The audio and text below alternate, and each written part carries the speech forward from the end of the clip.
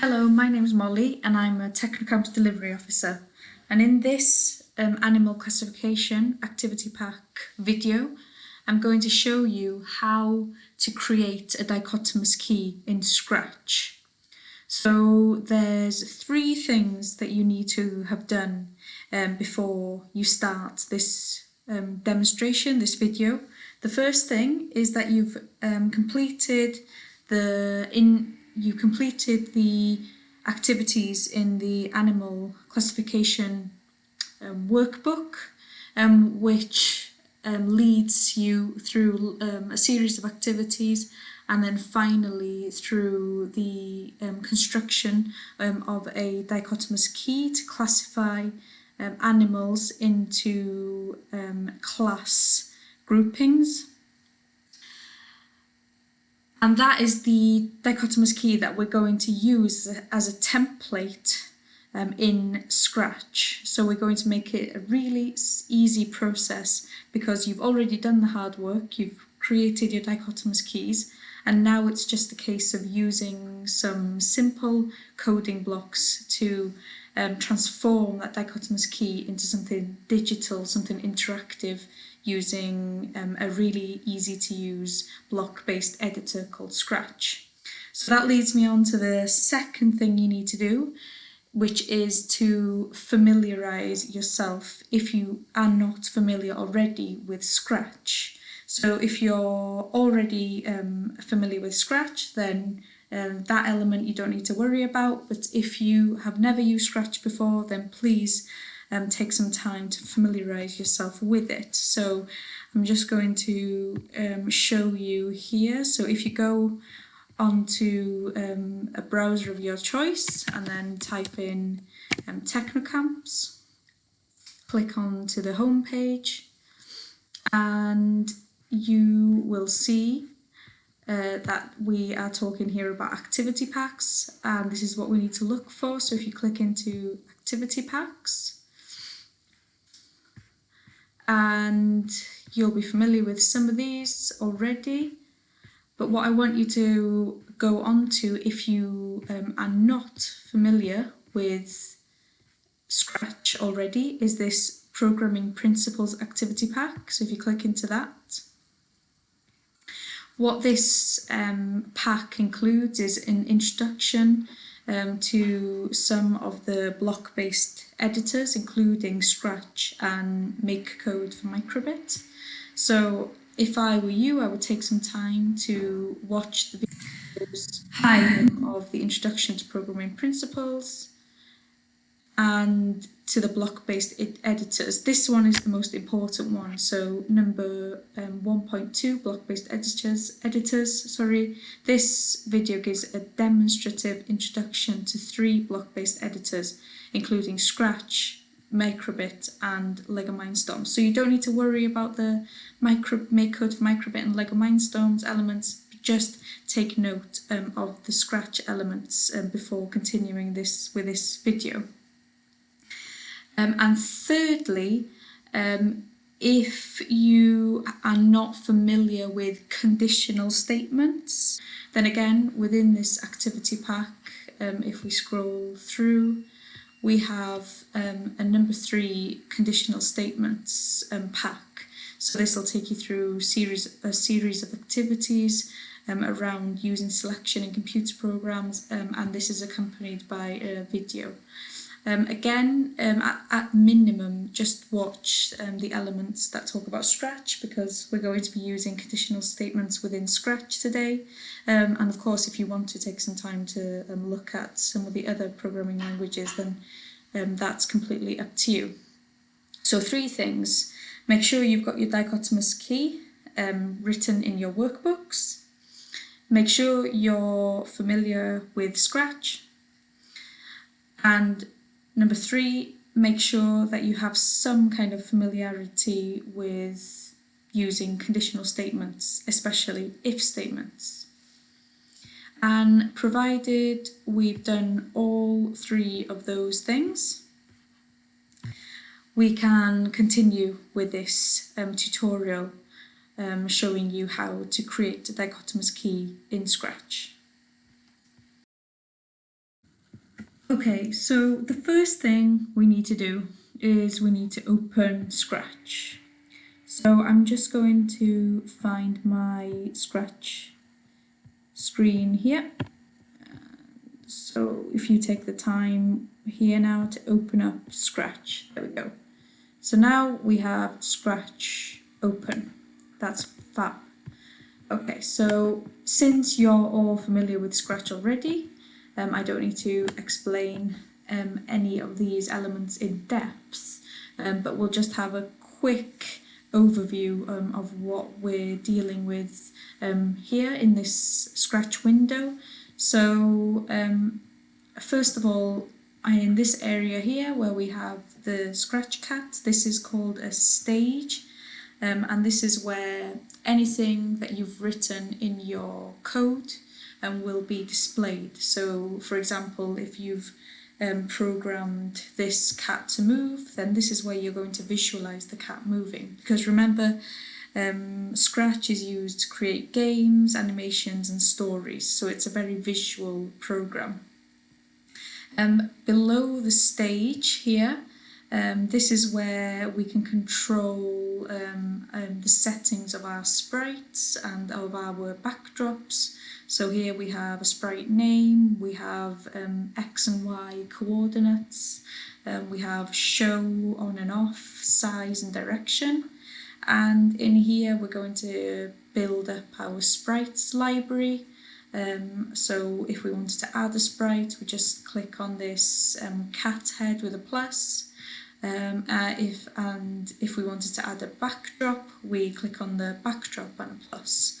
So you should be familiar with that. In this big blank area in the middle, this is where we're going to be writing our code using drag and drop of the code blocks that we have listed in categories here on the left hand side of the window. And you can see that as I scroll through these, we change the category, so we have motion, looks, sound, events, etc. Okay, and finally, remember these buttons, these triggers here we have to start a program and to stop a program. Okay, I think we're ready to go. So remember, before we started this tutorial, I said that we should be familiar firstly with Scratch, and that's obvious why, and that we should be familiar with using if statements. Okay, so just take a minute to think why we should be familiar with if statements to be able to conduct this exercise.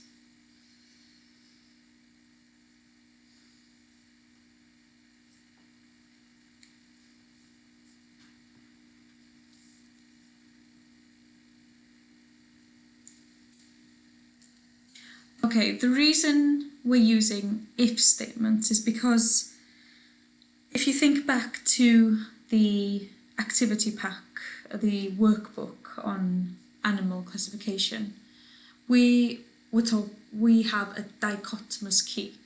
And a dichotomous key is built on a system where the answer to the question is either a yes or a no. It can be nothing else. It's true or false. And that's similar to what we have in an if statement block. So you'll find this in the control category. Okay, so if we drag in this one that we're going to be using to build up our dichotomous key today. So if something is true, that's something that we could put in here, then do one thing, else do something different. If we think back to some of the questions that we had in our dichotomous key, I always think that a good place to start when we're classifying animals into class level is to ask, does the animal have a backbone? So if we imagine that we had a block here which said, does the animal have a backbone? If the answer to that is no, the animal does not have a backbone, then we know that the animal belongs to the invertebrate class. Okay, so let's build that up now so that you can start to visualize what I mean by this. So we want a block here which asks a question, because we want this dichotomous key to be interactive. We want it to be something that you can give to your friends, you can give to your teachers, and ask them to imagine an animal class, and then to go through these steps to determine what animal belongs to that class. So let's start with something which is going to be in sensing, because this is going to be interactive, then the Scratch program is going to need to sense something. And in some of the tutorial videos in the Programming Principles pack, we talk about the Scratch program taking in an input, okay, and that input can be pressing a button, pressing a sprite, pressing down some of the keys on your laptop or your computer, but it can also be an input, an answer, to a question, because that's the same as typing in some letters on the keyboard. Okay, so we're going to need, this ask block. So you just need to drag that in above this if and else statement. So ask what's your name and wait. That's what it says at the moment. Do we want it to ask us what our name is? No, we're building up a dichotomous key here, so we want it to be relevant to the questions that we've already created in our dichotomous keys. So what we're going to do here is we're going to ask, does the animal have a backbone? Okay, so we're going to ask, does the animal have a backbone, and wait. Okay, so what do we need in here then? We need something which says something, which will be the answer, equal to something. Okay, and which one of these operator blocks do you think we're going to need to do that?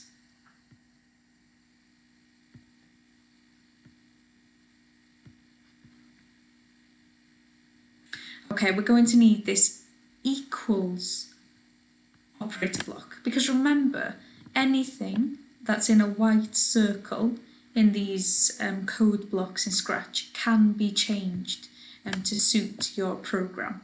Okay, so we have, does the animal have a backbone? If what is equal to what? Well, the first thing we're going to need is, we're going to need this answer block. So directly underneath the ask block, there is the answer. Okay, so we're going to drag that into this hole here. So if the answer to that question equals what, then do something. So if the answer is equals to no, okay, that can be an input that your friend or your teacher or yourselves can put into the Scratch program. Then the program is going to do one thing, else it's going to do something different. Okay, so before we test that out, what am I missing at the top of my program here? Well, what I'm missing is an event block, isn't it? So I'm just going to use a very simple event block here when the green flag is clicked. Okay, so when I click this green flag, we should get a bar appearing at the bottom of our stage which asks a question, waits for an input by ourselves, and then does something dependent on the answer to the question. So that's essentially what an if-else statement does. It will perform one set of instructions based on one answer and so what it essentially does is it checks the answer, okay? It checks whether the condition is met or not, and it performs a set of instructions dependent on that condition. So in our case, the condition is if the answer to the question is no. So if the answer to the question is no, if that condition is met, then it does one thing. And if that condition is not met, it does something else. But of course, we haven't programmed anything in here yet, so we can't expect anything to happen just yet. But let's see whether we get this bar appearing at the bottom of our stage. Okay, so the scratch cat asks, does the animal have a backbone? And if I type in no, okay, so it's taken in our input, but it doesn't do anything yet because we haven't told it to. But for the time being, we're not going to add anything fancy to our program. We're just going to get the skeleton of what we need to be able to create our dichotomous keys. So based on our dichotomous keys in our workbooks, what was the next question? So we've asked, does the animal have a backbone? If the answer is no, then we know it's an invertebrate. Okay, so we've already determined one of the classes. What do we need to do if I'm imagining an animal that does have a backbone? So if I'm imagining an elephant, my animal does have a backbone. So I'm going to be in this part of the key. So what do I need to do to narrow down to my class of animals that an elephant belongs to? Well, I'm going to need to ask another question, aren't I? So I go back into sensing, and I'm going to ask another question. So I'm going to drag this block into here. Okay. So what is your next question in your dichotomous keys? So mine is, does the animal have feathers? Okay. And if it does have feathers, it's of course a bird. But if it doesn't have feathers, then we still don't know what our animal is, because there could be numerous options. Okay, so what we need directly after the ask, does the animal have feathers, is another if and else statement. So we drag this into the code here, and we just repeat the same process over and over.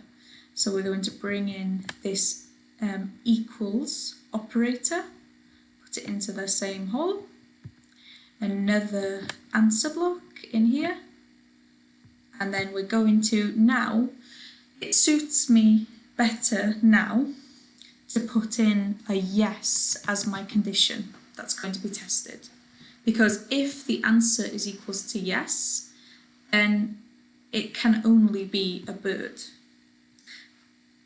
Okay, but if the answer is equal to no, so remember I'm imagining that my animal is an elephant, so I am not going to meet this condition. My animal does not have feathers, so I'm going to need to ask another question. But before we go any further, we're going to put in some of the classes that we are determining here in our dichotomous key. So I'm going to go into looks and I'm going to add a say block. Okay, so here we have, let's just recap. When the green flag is clicked, we ask, does the animal have a backbone? If the answer to that question is no, the animal does not have a backbone, then we know that that animal belongs to the invertebrate class. So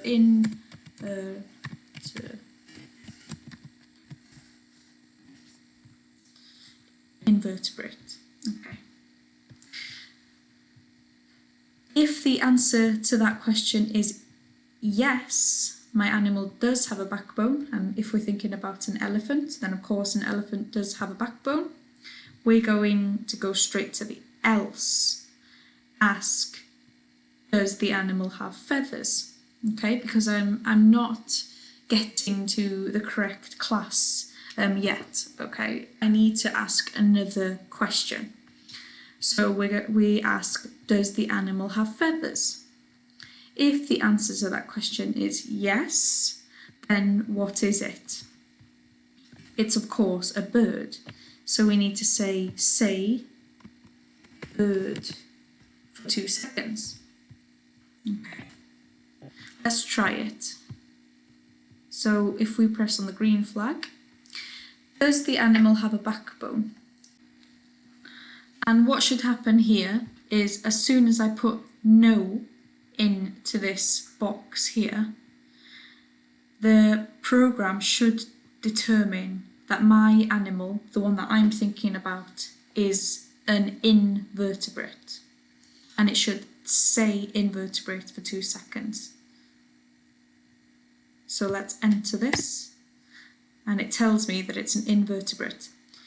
Because I was thinking about an invert, okay, an animal without a backbone, for example, a butterfly, then I've already determined the class of my animal. So I don't need to continue any further with my dichotomous key. But let's keep on the theme of an elephant. Imagine I was thinking about an elephant. Then I would follow a different path of the dichotomous key, wouldn't I? So let's try it. So let's press on the green flag again. So does the animal have a backbone? Yes. And what should happen here is that because we do not meet the condition, we skip straight to the else part of the if-else statement. And so the program should ask another question. This time it should ask whether the animal that I'm thinking of has feathers or not. Okay, let's try it. So we enter yes, and you can see that the question has changed now to, does the animal have feathers? Okay, so if I say no, then nothing should happen. And the reason for that is because if we go back to our code, we've got ask, does the animal have feathers? If the answer is yes, then say bird for 2 seconds. Else, so that means if the answer is no, well, it's a blank space. It's do nothing. So I'm going to enter that, and you can see that it doesn't do anything. If I'd have put yes as my answer though, this helpful cat would have told us that our animal was a bird, because having feathers is a characteristic of the bird class of animals. Okay, so if our animal is not an invertebrate and it's not a bird, then what is it? Well, we need to ask another question, don't we? So let's go into sensing again, and you can see that all this is repeating the same steps over and over again. So although at the end of it you have a piece of code that looks quite complicated, quite complex, in essence it's really just a repeat of the same blocks over and over.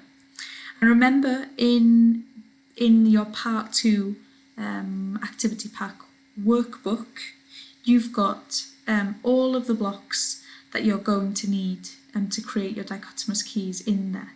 So if you've got that printed, then maybe you could make some notes. If you don't have it printed, then don't worry, you really don't need it at all. Just following this demonstration video, you'll get to the same result.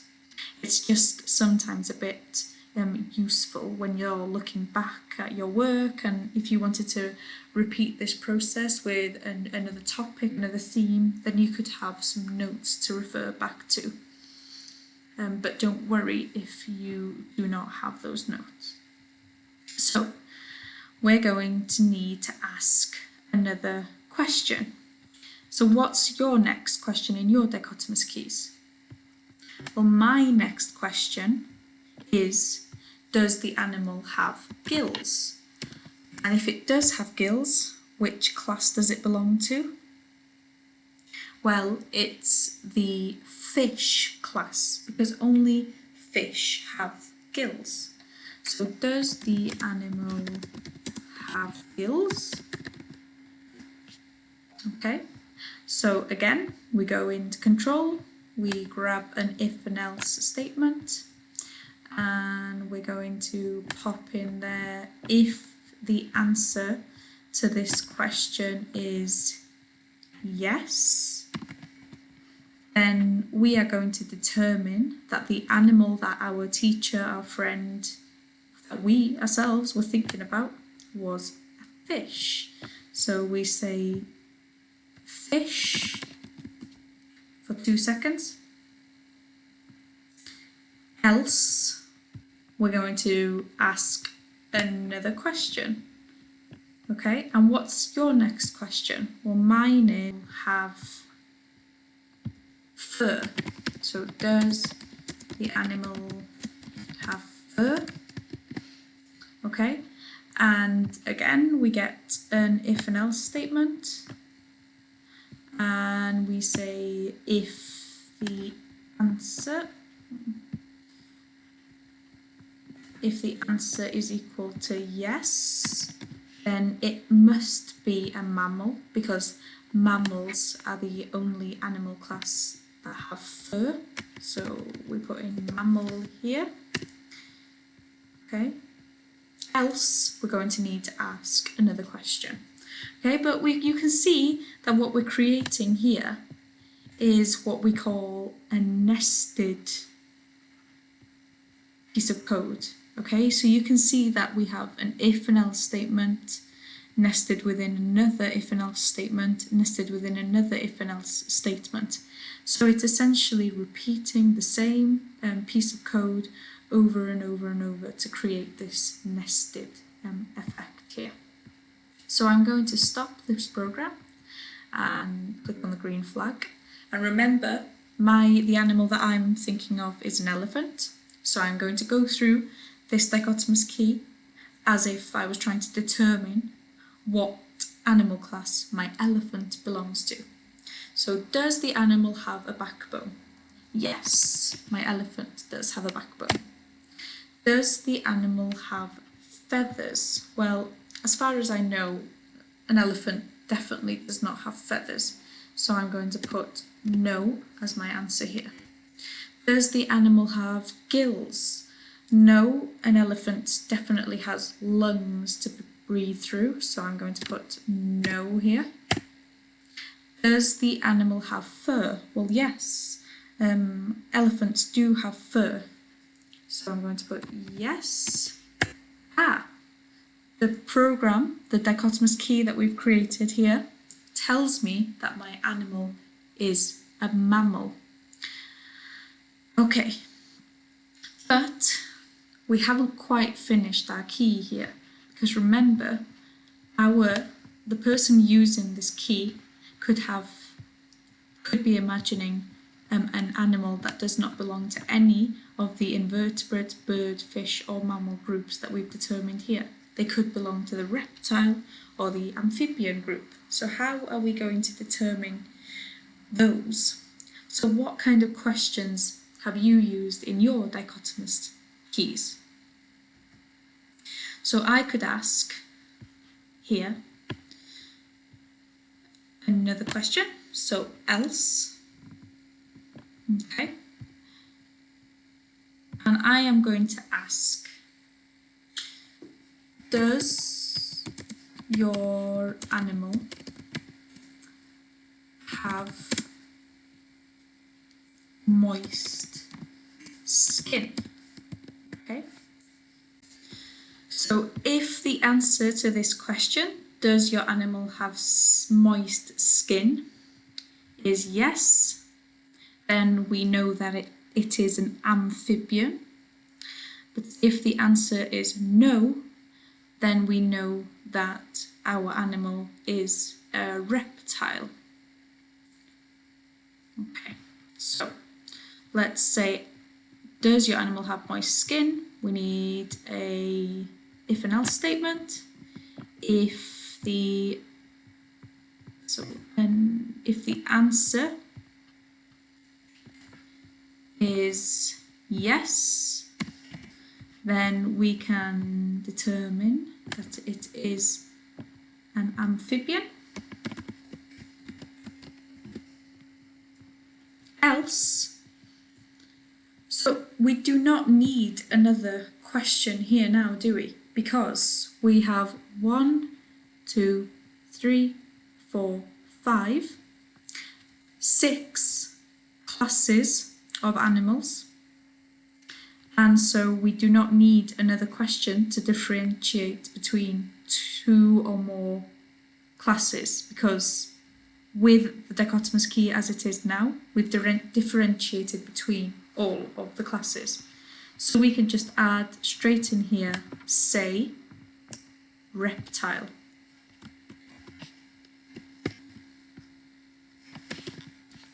For 2 seconds. And there we go. So we have 1, 2, 3, 4, 5, 6 classes which have been determined and differentiated by the different questions that we've asked our user to input in our program. So let's try it again. Okay. So let's press the green flag.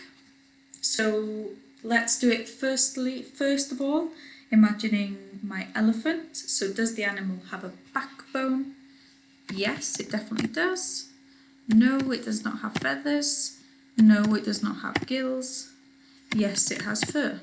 It tells me that my animal belongs to the mammal class.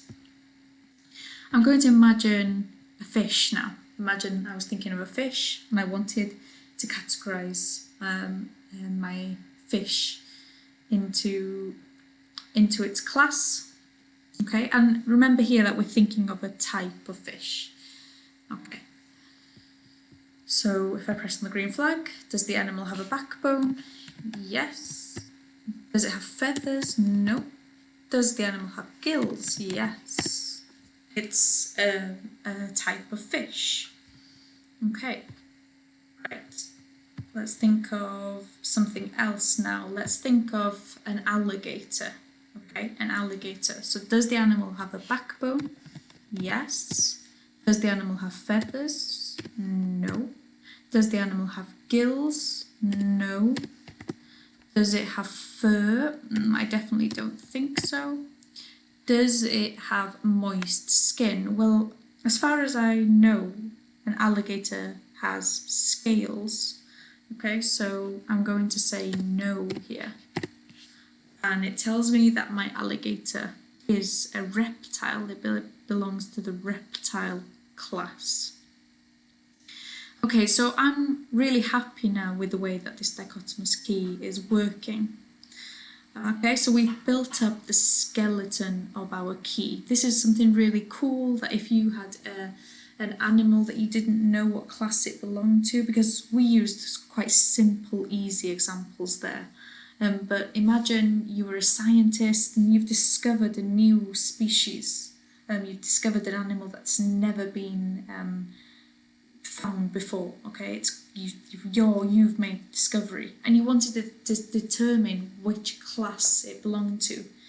And you could use this key that you've created here by answering a set of questions to try and narrow down which class your new species belongs to.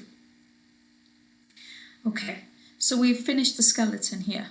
The next steps of the video are going to show you how to make this key into something more exciting, something more colourful, something a little bit more visual, by adding new sprites to represent different animal classes.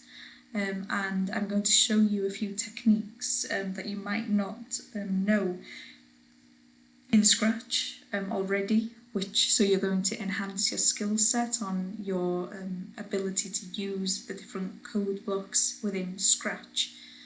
And we're going to turn this into something really cool, something really colourful.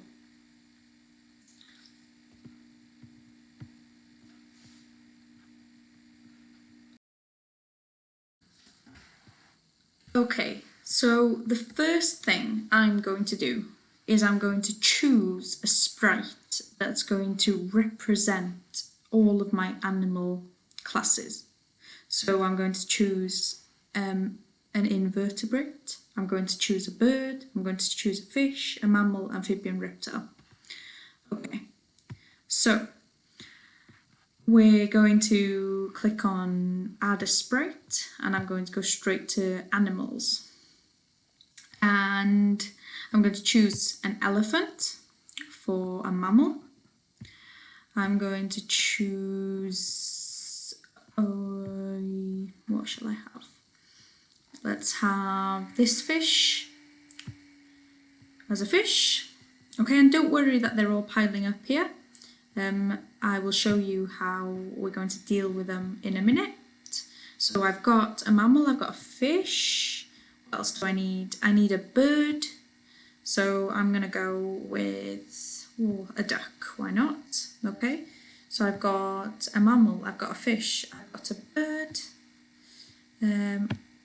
I'm going to have a jellyfish as my invertebrate.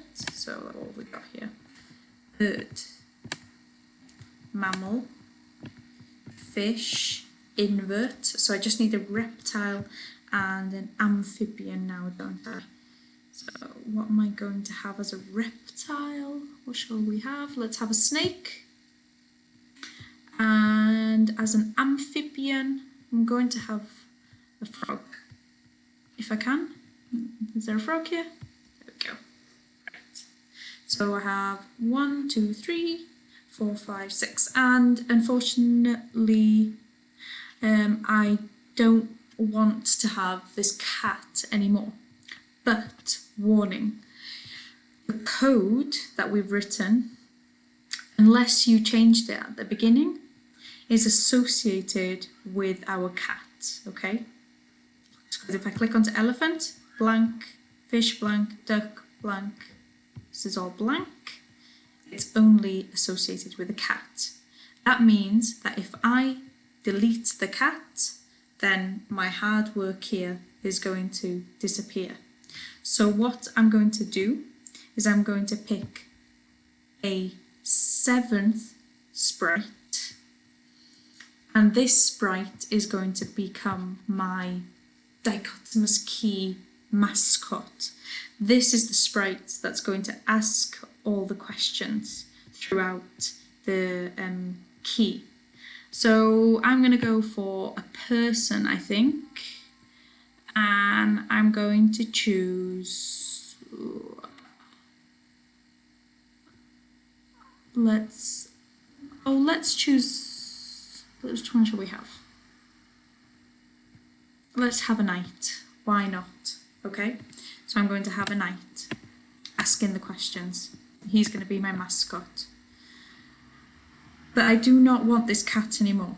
So I'm going to click on the code within the cat sprite, and I'm simply going to drag it into the knight. And can you see the jiggle of the knight there? Okay, so if I drop it in there and I click on we can see that this code now is associated with the knight. So I can click on my sprite now and my cat sprite now and confidently delete it, knowing that I have not lost all of my work. Perfect. Okay. So what I ultimately want to end up with, if we go back onto our code here, is a system where once the dichotomous key has determined which class the animal that I'm thinking of belongs to, that animal appears on the screen. At the moment, all of my sprites are on the screen. So if I click on the green flag, they're all there already, and I don't want that. So I'm going to show you something called broadcasting. Okay, and this is something that you can use in a program to broadcast a message to all of the sprites, or just one of the sprites in your program. And this message will be received by the sprite, and if you've programmed an action as a result of that message, then that sprite, or all of the sprites in the program, depending on what you want to happen, will react to that message. And that's how we're going to get this program to work. That's how we're going to get the sprites to appear on screen when directed to do so. Okay, so the first thing we need to do is we need to go into each one of our sprites and have, when the green flag is clicked, hide. Okay, so that will eradicate the first issue, which is that all of our sprites appear on the screen when the green flag is clicked. So the elephant, when green flag is clicked, hide. The fish, when the green flag is clicked, hide. Okay, the duck, when the green flag is clicked, hide. Let's just duplicate that into jellyfish. It didn't go in there. No. Okay, let's just do it really. When the green flag is clicked, hide. When the green flag is clicked, hide. And the frog, finally, when the green flag is clicked, hide. And I don't want my knight to be hiding. The knight is the mascot, so let's make sure that we don't hide the mascot. So let's check the elephant, the fish, the duck, the jellyfish, the snake, and the frog. Okay, so let's press the stop button and the green flag, and there we go. We do not have any of those sprites appearing on the screen now. I'm just going to raise my knight a little bit so that he doesn't appear underneath the sensor bar. Okay, so I'm happy with him being there. So, press on the green flag. Does the animal have a backbone? Yes. Does the animal have feathers? Yes. So it's a bird. So what I want to happen there is that my bird sprite, this duck, appears on the screen.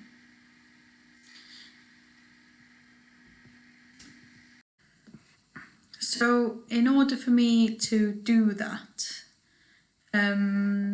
it's going to be a really simple process using that broadcasting function that I talked about earlier on. So what we need to do is that once we say bird, once the answer has been determined as being yes, so this condition of yes here has been met, then we need to send a message out to all our sprites to say that we want the bird to appear. So in order to do that, we're going to go into events. Okay, so we're going to go into events and we're going to use a block here called broadcast, message and wait. So let's drag that broadcast message. I think we'll put it in immediately after the if answer yes line. So that goes in, slots into there. And you can see that there's a drop down arrow which will open up a menu for us on that message 1. So if we click on that, we can say new message, and I'm just going to call it bird. Okay, so let's call that one bird, and then we're going to click OK. So now you can see that when this condition is met, so when the answer to the question is yes by our user, a message is going to be broadcasted in the program. That message is going to say bird, and then it's going to say bird for 2 seconds. But what we want is for our duck sprite to respond to that message by appearing on the screen. So we already have our when green flag is clicked hide, that's perfect. And what we're going to do is we're going to add a block which says when I receive bird. Okay, so that's the name of the message. So when I receive the message which is called bird, I'm just going to zoom that in a little bit so you can see it a little bit better. Okay, and we have duplicate there. We don't need that doubled up. There we go. So when the green flag is clicked, the bird hides, the duck hides, but when the duck sprite receives the message, we want it to appear. So we're going to, instead of hide, we're going to use show. Okay, and it's as simple as that. So let's go back to our night code, okay, and let's test this out. So imagine the animal I was thinking about was a flamingo. Okay, I have a flamingo in mind. So I'm going to start my program. So does the flamingo have a backbone? Yes. Does the flamingo have feathers? Yes. And there we go. Our duck appears on the screen. Okay, and if I press the stop and I restarted, you can see that we start again. So let me just show you again. Does the animal have a backbone? Yes. Does the animal have feathers? Yes. There we go. It's a bird and our bird appears. Okay, and we can do that for all of our sprites in the program. Okay, so it's a simple case of adding the broadcast line into our main code, and then within the sprites code saying when I receive that message, show. So I'm going to show you for one other animal class, and then you can work on doing the rest of the Dichomous Key yourselves. So I'm just going to stop that here, and I'm just going to press stop there. Okay, so we're on a blank canvas again. Right, so I go to events, I get this broadcast message, okay, and underneath the condition met line, I insert that broadcast. So you can see answer equals no broadcast, the one that we've already done, answer equals no broadcast. But I'm going to change the message here. So I'm going to click on new message, and I'm going to put in vertebrate. Okay. And then I'm going to click into the jellyfish, and I'm going to say that when I receive invertebrate, then show. Okay, I'll just zoom that in so you can see that it's exactly the same as we did it with the duck. And then I'm going to just stop that, press play. So does the animal have a backbone? No. And there we go, our jellyfish appears on the screen. So take 5 minutes to complete the rest of your animal class Sprite broadcast messages, and then we'll resume with the video. Okay, so did you have any luck putting that code together? So I'm going to show you what I've been doing in that break. So if I click on the green flag to start the program, does the animal have a backbone? So if it was falling into the invertebrate class, so it does not have a backbone, then we should see that the jellyfish appears. That's good. Okay, so again, back to the start. Does the animal have a backbone? Yes. Does it have feathers? If we put yes, we should see the bird appear. Perfect. Start again. Does the animal have a backbone? Yes. Does it have feathers? No. Does it have gills? And we should see the fish. There we go. Okay, does it have a backbone? Yes. Does it have feathers? No. Does it have gills? No. Does it have fur? Yes. And we should see our elephant. Does it have a backbone? Sorry, yes. Does it have feathers? No. Gills? No. Fur? No. Moist skin? Yes. And we should see our frog. Perfect. And then last one to try. Does it have a backbone? Yes. Feathers? No. Gills? No. Fur? No. Moist skin? No. Reptile. There we go. So I'm really happy with that now. Our Dichomous Key seems to be coming to life. We have images and we have interaction, user interaction with putting an answer in, inputting answers to the questions, and then sprites appearing on the screen. So that's fantastic. It's looking a bit bare though, isn't it? I think we could do something about this white background. So we should all know that in order to change this white background, we just need to click on the plus, choose a backdrop, and you can be as creative as you like with choosing a backdrop. I think I'm going to go with something quite plain because I don't want to take away from the work that we're doing here to add the images of the animals. So if I go with maybe this one will work well. Yes. Okay, I'm going to stick with that one. Okay. So what else can we do to improve our dichotomous keys for the user?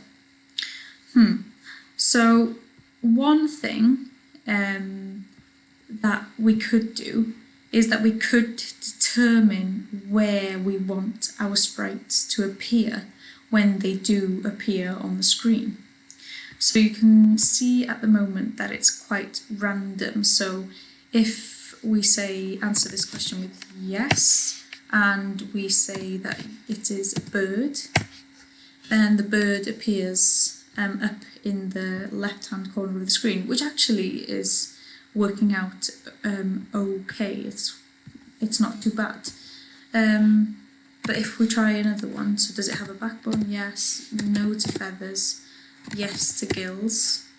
The fish appears at the bottom right. You might be happy with this, and if you are, then that's absolutely fine. You can keep it this way. But alternatively, you could determine where you want these animals to appear. So, for example, let's see where the snake appears. So let's go through this. Does it have a backbone? Yes.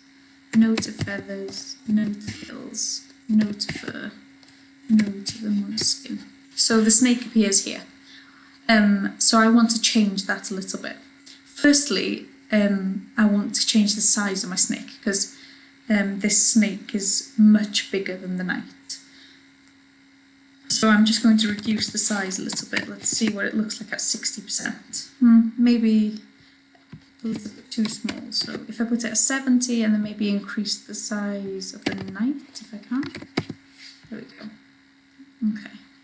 So I'm going to, and then what I'm going to do is I'm going to move my snake to the location where I want it to appear on screen, which I'm happy with it being there. Okay, and what you can do is once you've placed the sprite in a location, you can look at the X and Y coordinates, which will tell you where exactly on this stage your screen appears. And you can use these X and Y's as a reference for other actions within the program. So what I mean by that is our snake now, if we go onto the snake and we say that when it receives that message of reptile, which is the moment where it appears on the screen, so we say the show, we want it to go to these coordinates, 152 and minus 61. Okay, so we're going to drag in this block which says go to X and Y. So we drag that one in, and I'm going to put it before the before the show block.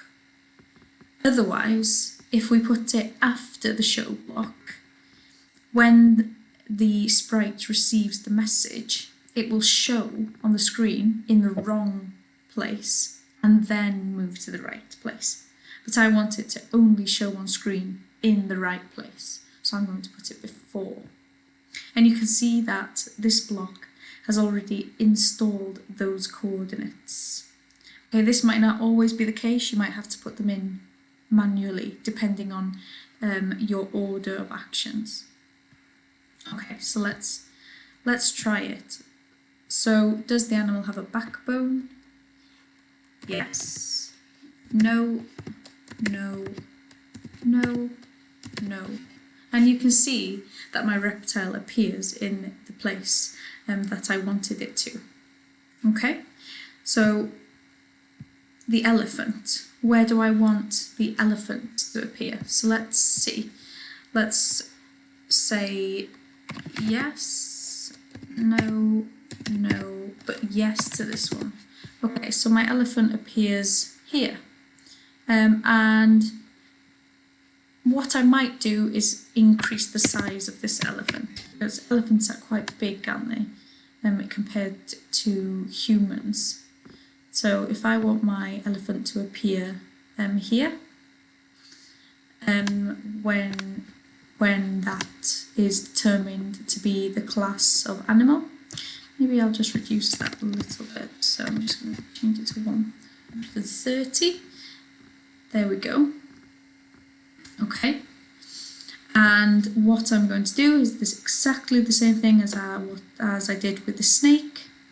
I'm going to drag in the go to, and you can see that these coordinates in this block match the precise location of the elephant on the stage.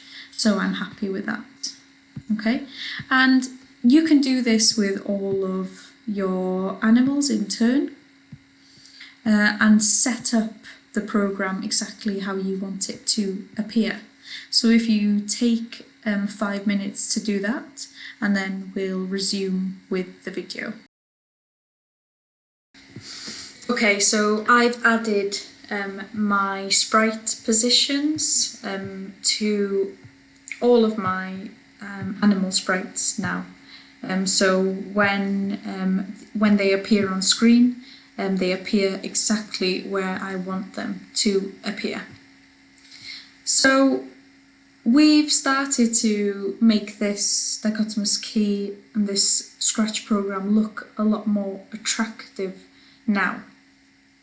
One final thing that I would suggest that we do is perhaps to make to add a little bit more text to these say blocks. So instead of just saying invertebrate for 2 seconds, we could say it must be an invertebrate.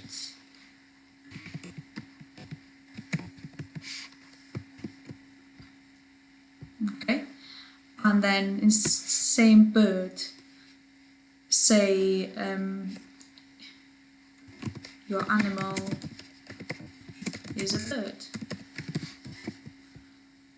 And then for the fish, this is a characteristic of a fish. Your animal must be a mammal.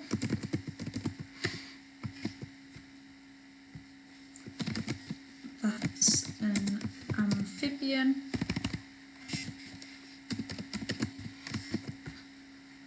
There we go. And then finally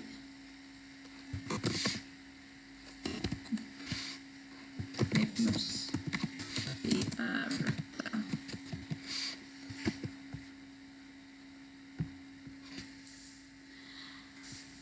So let's try that again now. So I'm thinking about my elephant again. Does it have a backbone? Yes. No to feathers, no to gills. Does it have fur? Yes. And then it says your animal must be a mammal. And what you can also do is extend the time that the text appears on the screen. So you might want the text to appear for 5 seconds instead of 2. So you just go through these 2-second settings and change it to 5 for each one, if that's your preference. Okay. Another cool thing to do, and it would again exercise your knowledge skills of different animal classes and your research skills that we were tapping into in the part 1 activity book, is that you could add some facts underneath the declaration of the animal class. So for example, you could say your animal is a bird, and then you could say something else, which would be birds lay eggs. Okay, now that's just a really quite rubbish example that I gave there, because as you know, other animals in other classes lay eggs as well. So it would be really cool if you could find a fact that was only relevant to that class. So a better example would be, say your animal must be a mammal, and then we could say mammals give birth to live young. Okay, so let's try that. So let's put that one underneath. Oh, that's the wrong place.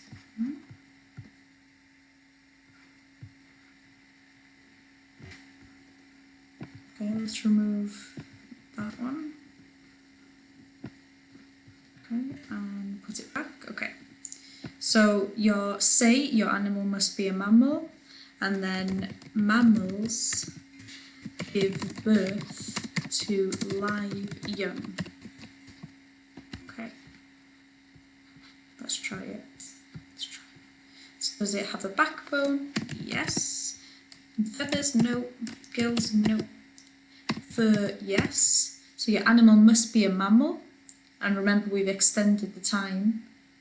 Mammals give birth to live young.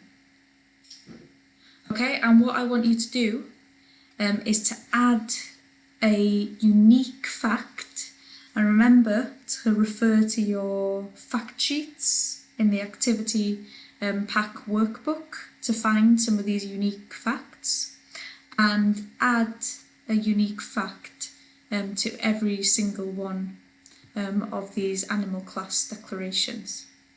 Okay, so take 5 minutes to do that, and then we'll resume the video.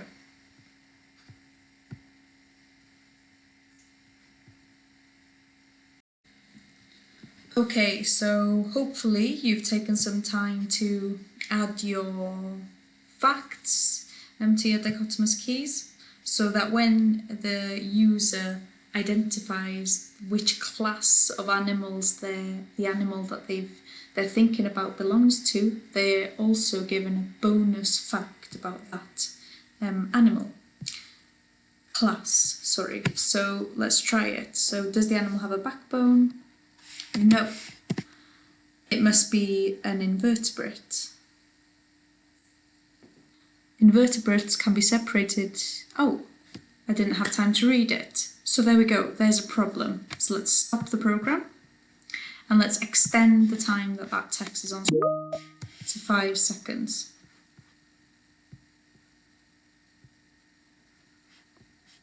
Okay. And then, in fact, this might be relevant for all of these facts. So let's extend this time here. Oh, not 55 seconds. 5 seconds will be enough. Right. Okay, so let's stop the program and let's restart. So does the animal have a backbone? No. It must be an invertebrate. Invertebrates can be separated into further classes based on features, characteristics. So remember that we've grouped all invertebrates into one class at this level, but actually they can be separated into differentiated classes, and that's something that would be really good for you to go off and research yourselves. So how many classes are there within the invertebrate class, and can you name all of those classes? Okay, so let's try this again. So we'll say, does the animal have a backbone? Yes, this time. Does it have feathers? Yes. So your animal is a bird. And all birds have wings, although some can't fly. Okay.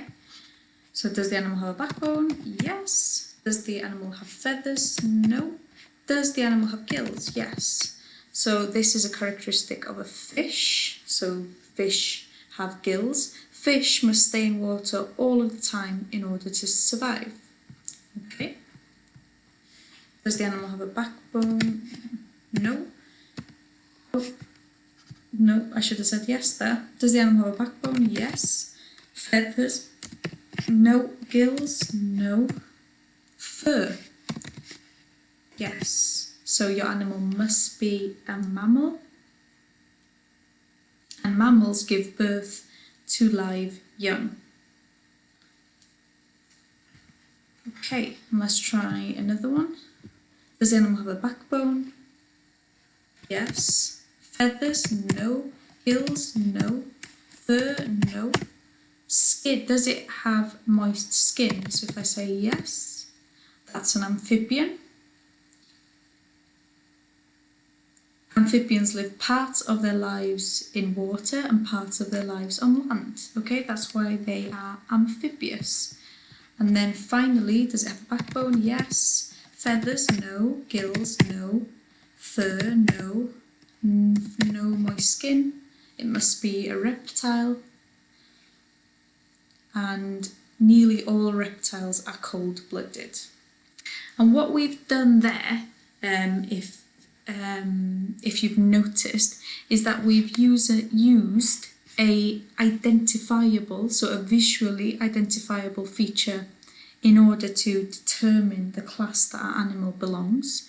So for example, we've used whether or not it has a backbone, whether or not it has feathers, whether or not it has gills, whether or not it has fur, whether or not it has moist skin. These are all things that you could see with your eyes. You could identify them visually. But the fact that we've added, that's something that you wouldn't be able to determine visually. So if you try and maintain that system, so the identification is based on something visual and the fact is something that we wouldn't know by sight. It's something that we would have to look into through scientific analysis. Okay, so that's something to bear in mind and when you're putting your facts into your program. Okay, so I'm happy that we're coming to the end of this tutorial on creating dichotomous keys in Scratch. And with Scratch, your imagination and your determination is really your only barrier to keep improving things, keep tweaking your code, and keep adding additions. But I am going to end the tutorial here. Before I end it though, I'm just going to quickly refer you to the animal classification workbook for part 2. So if you've got a copy of this, you'll see some of the elements that we've gone through in this tutorial today. So we've used the sensing question, the if and else statement, the answer block, the equals operator, and the say block. And then when we're using the non-essential blocks, which it says here are required to decorate and animate the dichotomous keys, we've used the broadcast function, and we've used these show and hide blocks.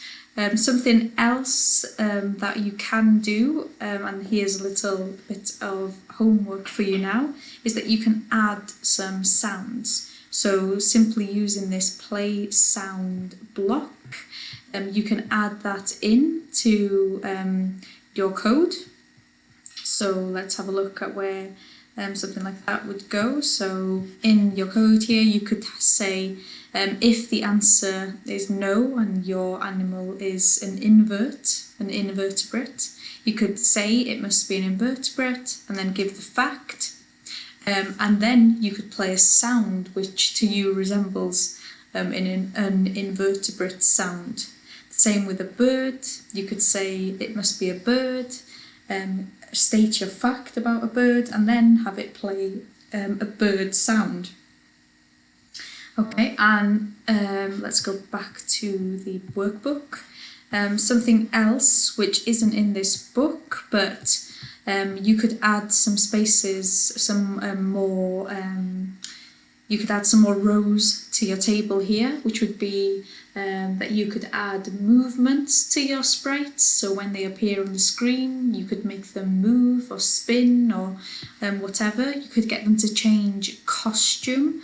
Okay, so that's something that is part of the programming principles tutorial that I spoke about at the beginning of this video. So that shows you how you can change the costume of a sprite.